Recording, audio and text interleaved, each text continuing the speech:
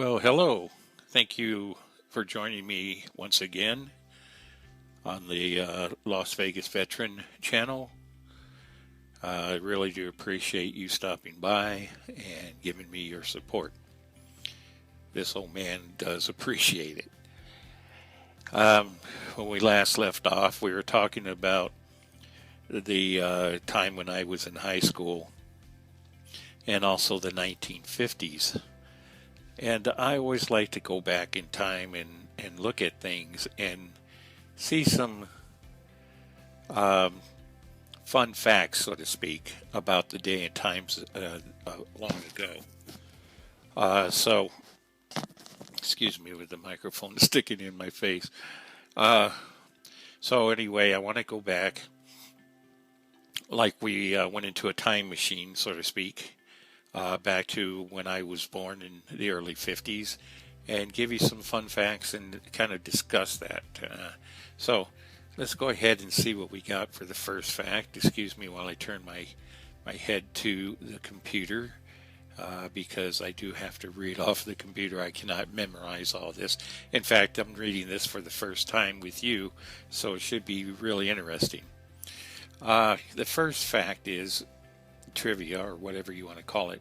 On average, can you guess what the gas cost per gallon back in the 1950s? The average cost of gas, 18 cents. I'm going to say again, 18 cents at the start of the 1950s. So when I was born, it was somewhere around 18 to 20 cents, I guess. And it only got up to 25 cents per gallon by the end of the decade. In today's terms, that is equivalent to $1.90, or in other words, $2.16 per gallon. Then on January 3rd of 1959, can you guess what state joined the Union? This is now 1959, remember, January 3rd. Alaska became the 49th state in the United States on that date. Then, on August 21st, 1959, another state, but this was in August. So from January to August, we got two more states in the United States and went from 48 to 50. So on August 21st, 1959, can you guess what state? It's pretty simple, actually. It was Hawaii. Hawaii became the 50th state. Excuse me. It's awfully dry here in Las Vegas. Very, very dry. And sometimes I have to clear my throat, or I might have to take a drink of water like I'm going to do now because it just gets so dry. Oh yeah, that's a little better. I'm still kind of, I don't know what you call it. Charlie Brown, Snoopy, and the rest of the beloved Peanuts gang were introduced to the world in 1950, the year my wife was born, my lovely wife. Take a look at more classic strips that started in the 1950s. It would be interesting. We should probably go back and look at some of that. The 1950s was an important decade for civil rights in America. For example, on May 17, 1954, the U.S. Supreme Court ruled that separate schools for black and white students were inherently unequal and unconstitutional in Brown versus Board of Education. Topeka, then on December 1st, 55, Rosa Parks famously refused to give up her seat in the bus for a white passenger. Just some politics of that day, which I try to avoid. But it is kind of important for that decade. TV dinners were introduced in 1953 by Swanson. TV dinners. Boys and girls, we didn't have TV dinners until 1953. So, you going in there taking, it for granted, throwing in a TV dinner. Well, they didn't have microwaves. We had to put those in ovens. I don't know when, but we'll find out when microwaves first hit the market. The first version of this heat and serve frozen meal contained a Thanksgiving inspired meal of turkey, cornbread stuffing, sweet potato, and peas. Delicious. The first credit card, the diner's card, was issued in the 1950s. That's interesting. First credit card was a diner's card. Kind of makes sense. More people use diner cards, probably, than a lot of things. Disney opened in Anaheim, California. I didn't know that. In July of 1955.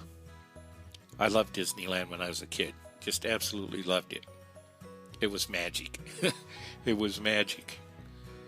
It's only theme actually designed and built under the direction of Walt Disney himself.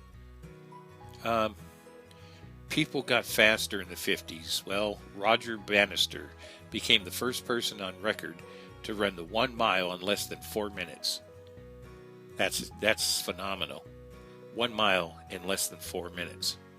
You know, if you get on one of those tracks that go around the football field, that's a quarter mile. So in less than 4 minutes, less than a minute per lap. Less than a minute per lap. It's amazing. Let's see. Ellen Freed, a radio disc jockey in Cleveland, Ohio, started calling the emerging popular music genre rock and roll in 1951. So before 1951, there was no rock and roll. At least there wasn't the term rock and roll. The term rock and roll became established by Alan Freed in Cleveland, Ohio, in 1951. Dr. Seuss published his landmark book, The Cat in the Hat, in 1957. The average annual salary in the United States was, what do you think? What do you think it was? $3,210. Can you imagine trying to get by a whole year on $3,210 and $5,010 by 59? So it went up almost. It went doubled in a decade. That equates to 34 and 43,000 today. Let's see. That's not really good. Let's see. Okay, U.S. presidents became officially limited to 2 terms upon ratification of the 22nd Amendment on February 27, 1951. So it was before I was born. The cool guys wrote a Ducks. No, you don't need to do that. Here. Car culture really took off in the 50s. President Eisenhower signed the Federal Highway Act in June of 1956 to create 41,000 miles of national highway. Again, 1950s by President Eisenhower. I remember going back to Michigan many times, and we took this highway, Route 66. Famous Route 66 is mostly gone now, but we went down Highway 66, Route 66. Yeah, Route 66. And there was no freeways. There were no interstates. So it was more fun going on the Route 66 because you could stop and see things. They had, I don't know if you remember or not, the Whitney brothers. Excuse me, I accidentally, I got to get a new thing for my my iPad. It's just too feeble, so we'll have to look for one. I didn't mean to blow your mind with that. Nothing happened. I didn't just disappear. I didn't get abducted by aliens or anything. But yeah, Whitney brothers, they had all along Route 66, they had gas stations, and there was a lot of things, interesting things to see, and us kids were always wanting to stop and look. Not so much today. Route 66 is basically gone now. Not much to see there. Beagles were the favorite canine companion for the decade. NASA established the first passage of the National Aeronautics and Space Act in '58. The agency became operational of October 1st of that year. The first two astronauts, John Glenn Jr. and Alan Shepard Jr., were introduced the next year. The Cleveland Browns played in 7 of the 10 NFL championships in the 50s, but they won only 3 of them. Oh, wow. Let's see. Average cost of a new car. A new car. Now, they're running, 30, 40s, all the way up into the hundreds for a new car now. Thousands of dollars. So what do you think it cost in 1950? A new car. $1,510. That's it. That equates to about $16,000 today and $2,219.59, which is $19,000 currently. I Love Lucy consistently ranked one of the all-time greatest television series. It aired from 1951 to 1957. And that's some of the things that I want to cover, but I don't want to go too much further because I want to keep this video kind of down in as much as I can because I know your time is valuable. Yeah, when I was a kid, the most things I remembered was going back to Michigan on Route 66. I said before, 12 times. Round trip was almost 5,000 miles in the back of a car, basically. It was fun, but it wasn't fun. But I always remember, like I said, when I smell Macintosh apples, my mother used to love Macintosh apples, put them in the back with us in the station wagon. I'd pick them up in Michigan and drive back to LA, and that smell just stayed with me ever since. So as soon as I smell those things, I'm back in the car, man. I'm right back in the car, heading for Michigan in my mind. But yeah, that's, then what I also want to do is, let's see if I can find some things about the music scene back in the 1950s. Because, let's see. Let's put up. It's 1950s. Okay. Johnny Horton. The Battle of New Orleans. I love that song. It's the first on the list, it says here, in the summer. In the summer of 1950, in the summer it says the 50s. Frank Sinatra, Learning the Blues.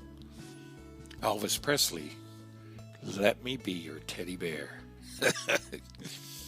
Mitch Miller, The Yellow Rose of Texas.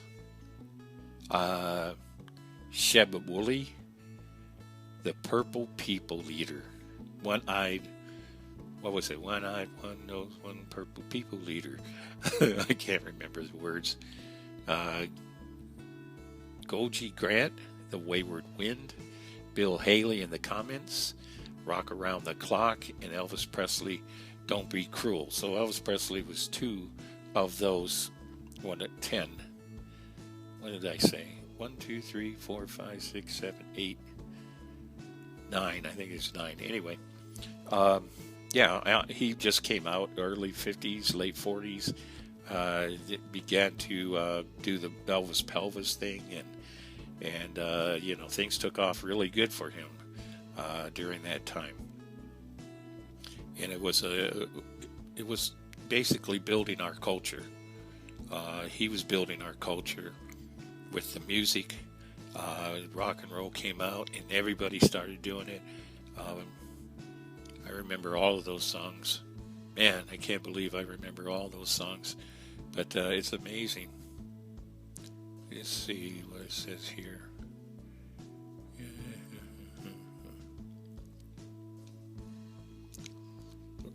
The Elegance Little Star.